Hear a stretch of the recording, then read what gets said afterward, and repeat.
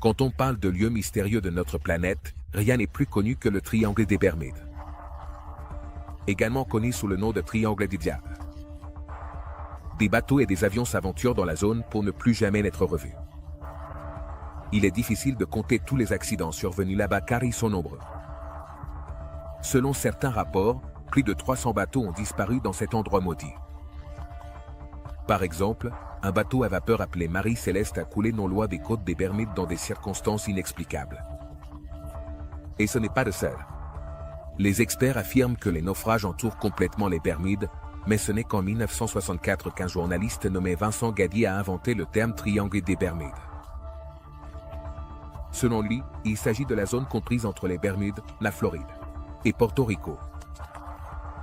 Ces 500 000 milles carrés de l'océan Atlantique sont bien plus mortels que n'importe quel autre endroit sur Terre. Les premiers récits sur les dangers de cette zone sont similaires. Ils proviennent de Christophe Colomb, dont les navires se sont emmêlés dans des algues qui ont immobilisé ses vaisseaux. Mais il existe d'autres théories, comme des monstres marins, des extraterrestres, et même des vortex vers une autre dimension.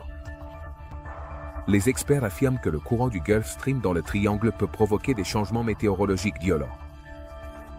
En fait, c'est la zone par laquelle passent la plupart des typhons de l'Atlantique. Ensuite, du gaz méthane est libéré du fond de l'océan.